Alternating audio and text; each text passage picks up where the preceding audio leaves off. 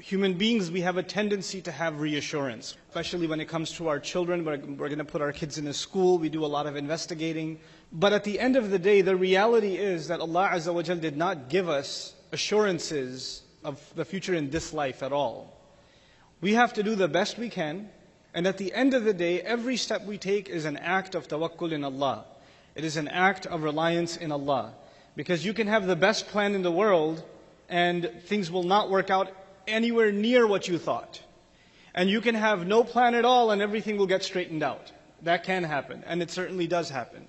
So you have many instances in the Quran, in the prophetic narrative as well, where things are not, they don't look like they're going to work out at all. Like Musa alayhi salam being thrown in a basket. That doesn't look like much of a plan. But that is actually the means by which an empire is destroyed. You know, the empire of Fir'aun and the oppression of Fir'aun against countless people came to an end because a baby was thrown in a basket. So Allah has His own way of making things work out. On the negative side also, there are people, for example, people ask all the time, people are worried about their kids. Parents are constantly concerned, how do I give my children a proper education? I want to make sure they're good Muslims. I want to make sure that I don't have to worry about their deen, things like that. And you hear enough horror stories and enough lectures to be terrified of this scenario, you know, and then there are people you know, oh, I don't want my kids to be like, you know, Zubair Saab's children. That's really, you know, like, so there's enough of those conversations you have over Eid, and, you know, it's great. The thing I want to share with you is, on the one hand, you have, you know, situations where children are raised with the best of character without even a parental figure, like the story of Yusuf alayhi salam.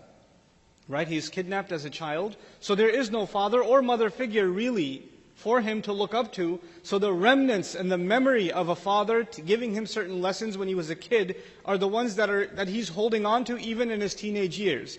Can you imagine the last Islamic lesson he received, the last dars he received, the last bit of advice he received when he was a kid is now coming back, and he's utilizing it when he's in a closed room with a woman trying to seduce him. And he remembers that lesson. So, you know, and it's not like he's receiving a regular Islamic education. That's not the case.